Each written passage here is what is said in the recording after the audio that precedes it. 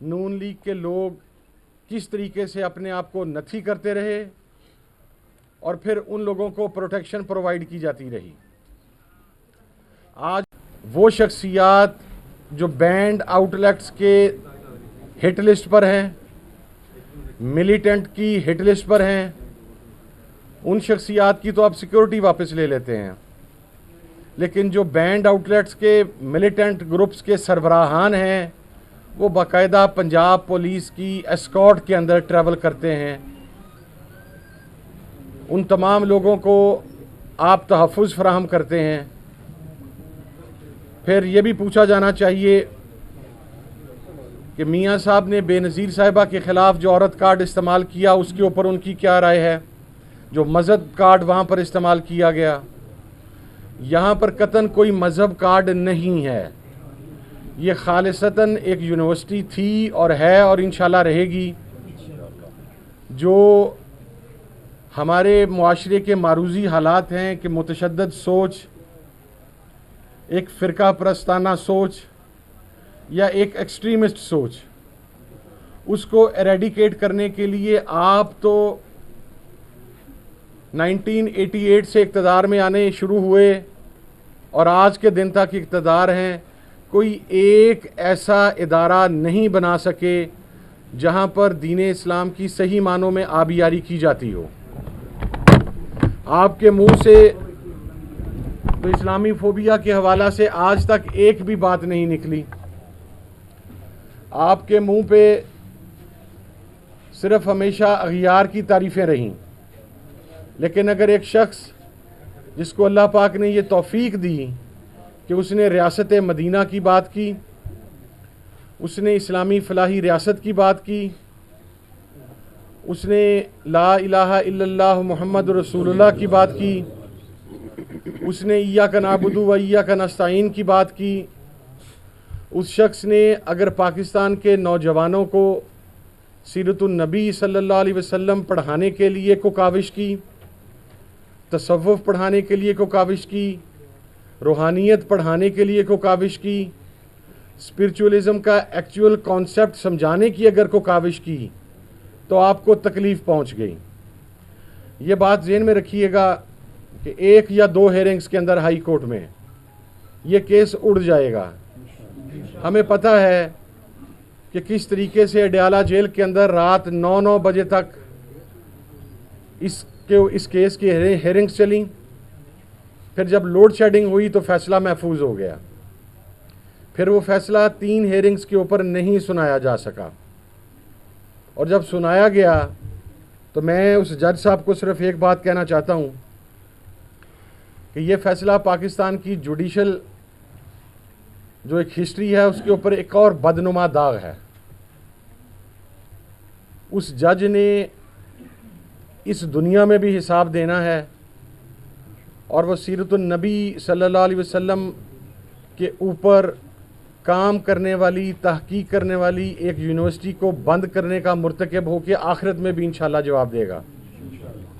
मगर ये जदोजहद भी जारी रहेगी, ये काविश भी जारी रहेगी, और ये यूनिवर्सिटी के ऊपर ट्रस्ट करते हुए लोगों ने ये यूनिवर्सिटी तामीर की। लोगों का एतमाद और एतबार इमरान खान साहब की ज़ात पर था और आज भी उनकी ज़ात पर है। ये यूनिवर्सिटी इंशाल्लाह हाई कोर्ट के फ़ैसले के बाद दोबारा उसी ट्रस्ट के पास आएगी जिस ट्रस्ट से ये यूनिवर्सिटी छीनी गई। और एक और बात, आप सियासत को उस हद तक ले जा चुके हैं जहां पर अब सियासत सियासत नहीं रही बल्कि ज़ाती दुश्मनियों में तब्दील हो चुकी है। इस बात की मुकम्मल तसल्ली रखिएगा कि इमरान खान साहब के बाहर आने के बाद, उनके वज़ीर आज़म बनने के बाद, हुकूमत में आने के बाद, उन तमाम ट्रस्टों का हिसाब होगा जहां से लोग ट्रस्ट का नाम बनाकर ज़ाती माली मुनाफे हासिल करते रहे। मैं पंजाब की जो वज़ीर आला ख़ातून है, मैं कोई इस किस्म की ज़ुबान नहीं इस्तेमाल करता ख़वातीन के बारे में, लेकिन उनसे सिर्फ़ एक बात कहना चाहता हूँ कि आप जनूबी पंजाब में गईं, आपने वहाँ पर पेपर कैंसिल करवा दिया, जितने के आप इनामात तकसीम करके आई उससे ज़्यादा पैसे आपकी सिक्योरिटी के ऊपर लग गए, और फिर पूरी कौम में से आपने मैनेज करके लोगों को आगे किया और आप माँ बनने के मनसब पर फाइज होने की ख्वाहिशमंद हुई।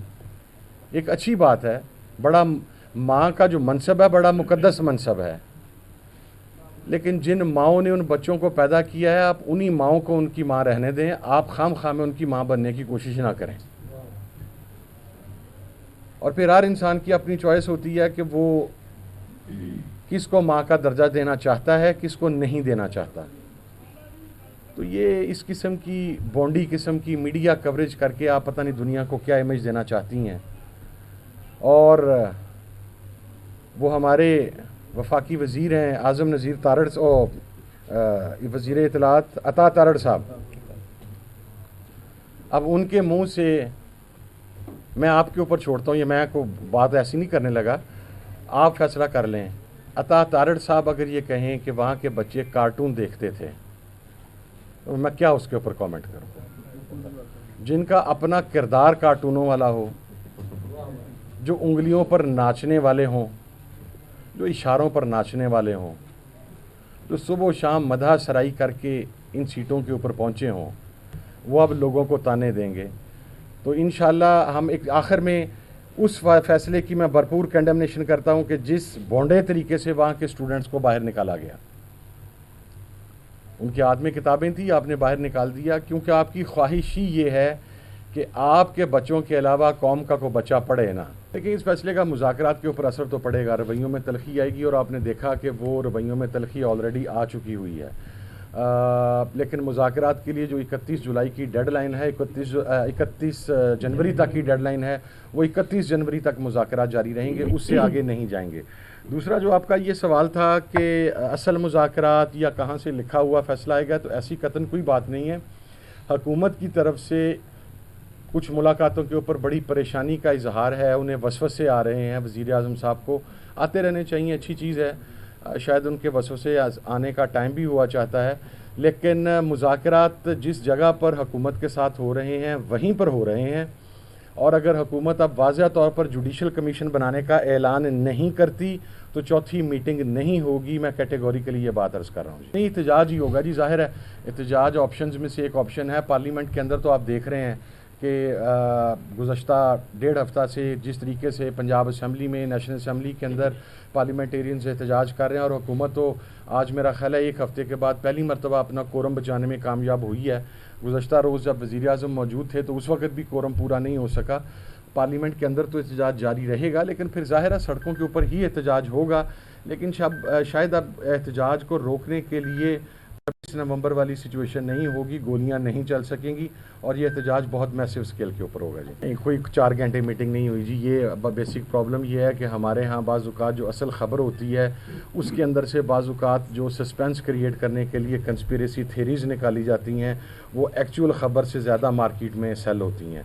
और बस ये मुआशरा हमारा मिजाज भी ये बन गया है कि हम सनसनी को या इस किस्म की चीज़ों को ज़्यादा तवज्जो देते हैं। मुज़ाकरात वही हैं जो हो रहे हैं। जो बैरिस्टर गौहर साहब की मुलाकात हुई है, वो इमरान खान साहब ने भी उसका वाज़ह तौर पे ऐलान कर दिया कि वो मुलाकात हुई है। बैरिस्टर गौहर साहब ने ख़ुद भी कह दिया, और तमाम लोग इस बात को ऑन कर चुके हैं। तो उस मुलाकात के ऊपर एक मुलाकात के अंदर मुज़ाकरात नहीं होते। देखिए, मैं आपको एक उसमें थ्योरी दे देता हूँ कि अगर बफ़र्ज़ मुहाल ये बात मान ली जाए कि बैरिस्टर गौहर साहब के मुज़ाकरात वहाँ पर हो रहे हैं, और यहाँ पर अगले 4-5 दिन, थोड़े दिन ही रह गए हैं, 5 दिन में कमेटी नहीं बनती, तो फिर उन मुज़ाकरात की क्या हैसियत हो जाएगी जब हम कॉल ऑफ कर देंगे।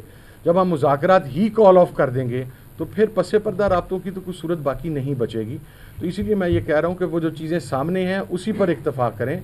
बड़ा सीरासल डिस्कशन उसी पे हो रही है, और वही सब कुछ फाइनल चीज़ नहीं। मौक़िफ़ तो हमारा सारों का यही है कि हुकूमत के बस में कोई चीज़ नहीं थी, लेकिन यही कह रहे थे 9 माह से कि सिलसिला सारा हमारे कब्ज़े में है, इख्तियारात हमारे पास हैं, फ़ैसला साज हम हैं, फ़ैसला हम करते हैं। एक मुलाकात तो वो करवा नहीं, वो हुकूमत ने ही ये बात बावर करवाई थी कि जो पावर कॉरिडोर्स हैं वो हुकूमत के साथ ऑन बोर्ड हैं इन मुज़ाकरात के ऊपर। तो अगर वो ऑन बोर्ड हुए तो रिलीफ मिल जाएगा, और ये रिलीफ नहीं है जी। रिलीफ क्या मांग रहे हैं हम? हमने तो नहीं कहा आप केस ख़त्म कर दें, हमने तो नहीं कहा आप एग्जेक्टिव ऑर्डर जारी कर दें, हमने तो नहीं कहा कि जिस तरह एक साबिक वज़ीर आज़म रातों रात तैयारे पे बैठ के भाग गया था और उसकी फैमिली को और उसकी पार्टी के लोगों को भी नहीं था पता, वो बेचारे जेलों में बैठे हुए थे और वो साबिक वज़ीर आज़म साहब पाकिस्तान से फ्लाई। हम तो इस किस्म की कोई डिमांड ही नहीं कर रहे, हम सिर्फ ये कह रहे हैं कि आप प्रोसिक्यूशन के किरदार की इस्लाह करें, नंबर 1, ताकि हम मुकदमात को फेस करके बाहर आएँ। और नंबर 2 ये है कि आप 9 मई और 26 नवंबर के ऊपर जुडिशल कमीशन बना दें और उसका जो रिज़ल्ट आएगा वो सबके लिए काबिल कबूल होगा, जो गैर जानबदार आज़ाद जुडिशल कमीशन होगा। जी मैं तो वाज़ेह तौर पे कह रहा हूँ जी, हासिल हो क्या गई है, उनको तो लाया गया है इक़्तिदार के अंदर। जो साबका स्पीकर साहब ने बयान दिया है उसके मुताबिक अगर हमायत हासिल होती तो फिर इमरान खान के पास 2018 में 2/3 मेजॉरिटी होती, उसकी तो 40 सीटें आपने पी ली ताकि उसे कंट्रोल रखा जा सके। और मौजूदा हुकूमत जिस तरीके से आई है और जिस तरीके से इसे लाया गया है वो तो सारी दुनिया के सामने है। लाने वाले कौन हैं, मुसलत करने वाले कौन हैं, किन की शीरबात के साथ आए हैं, और उसका बरमला इजहार मेरा ख्याल है एक हफ़्ता नहीं गुजरने देते वज़ीर आज़म साहब, जितनी शिद्दत के साथ उन्हें याद करवाना पड़ता है कि जनाब हम ही ताबेदार थे तो हम ही ताबेदार हैं तो हमें ही रहने दिया जाए।